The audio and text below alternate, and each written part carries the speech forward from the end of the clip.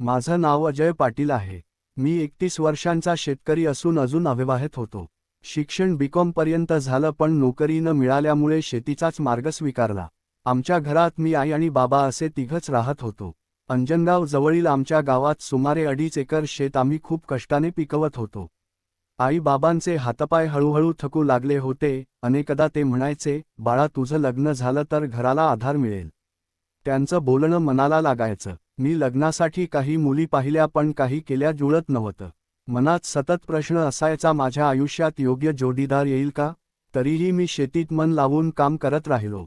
पावसाळ्याचे दिवस सुरू होते. आईबाबा तब्येत ठीक नसतानाही शेतात यायचे. त्यांना पाहून मला काळजी वाटायची म्हणून खुरपणीसाठी बायका लावायचं ठरवलं. शेजारच्या धनवडेवाडी गावात चौकशी केली पण कुठेच कोणी मिळालं नाही.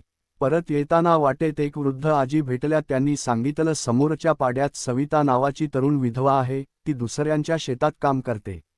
मी थोडा संकोचात तिच्या घराकडे गेलो. दरवाजा अर्धवट उघडा होता. टकटक करताच ती बाहेर आली. क्षणभर मी थबकलो. तिच्या चेहऱ्यावर वेगळंच शांत तेज होतं. मी शेतात कामाबद्दल सांगितलं. तिने थोडा विचार करून होकार दिला. दुसऱ्या दिवशी मी तिला दुचाकीवरून शेतात नेलं.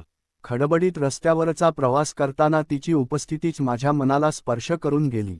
शेतात आईबाबांनी तिचं प्रेमाने स्वागत केलं. चौघं मिळून कामाला लागलो. माझं लक्ष नकळत तिच्याकडे जात होतं.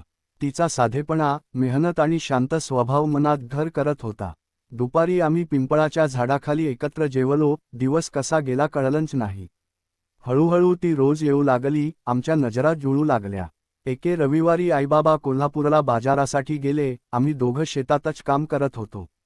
दुपारी आभाळ दाटून आलं आणि अचानक मुसळधार पाऊस सुरू झाला. झोपडीकडे धावताना तिचा पाय घसरला आणि मी तिला सावरलं. त्या क्षणी पावसाच्या साक्षीने मनातल्या भावना स्पष्ट झाल्या.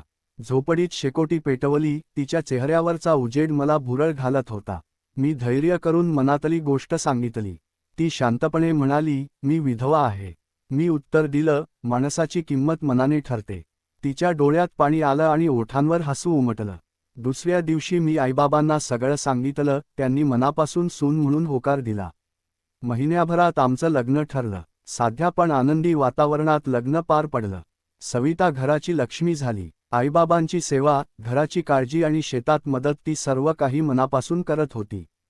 काही लोकांनी टीका केली पण आम्ही आमच्या प्रेमावर ठाम राहिलो.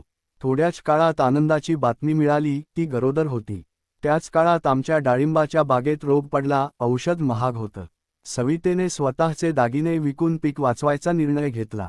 तिच्या धैर्याने माझं मन भरून आलं. मेहनतीचं फळ मिळालं आणि झाडं पुन्हा हिरवीगार झाली. काही महिन्यांनी घरात आनंदाचा किलबिलाट झाला. जुळी मुलं जन्माला आली. त्या क्षणी मला उमगलं की प्रेम, कष्ट आणि विश्वास यांच्यापुढे कोणतीही अडचण टिकत नाही. आमचं कुटुंब पूर्ण झालं आणि आयुष्याला खरा अर्थ मिळाला. अशीच एक हृदयस्पर्शी आणि वेगळी गोष्ट आज आपण पाहिली.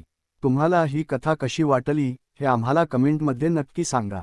अशाच नवनवीन कथांसाठी आमच्या अनोखी प्रेम कथा या यूट्यूब चॅनेलला नक्की सबस्क्राईब करा आणि व्हिडिओला लाईक व शेअर करा.